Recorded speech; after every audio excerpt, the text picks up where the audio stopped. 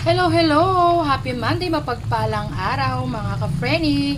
Ito po, luto mode na naman tayo, ang madiscarding nanay. Ito po ay simpleng ulam ng hindi mga masiselang.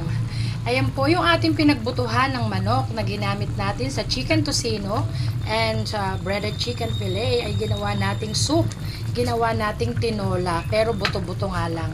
Siyempre, para meron namang maiulam pa na iba, nagsama po tayo ng itlog. Inilaga po natin yung itlog dito sa pinakasabaw niya.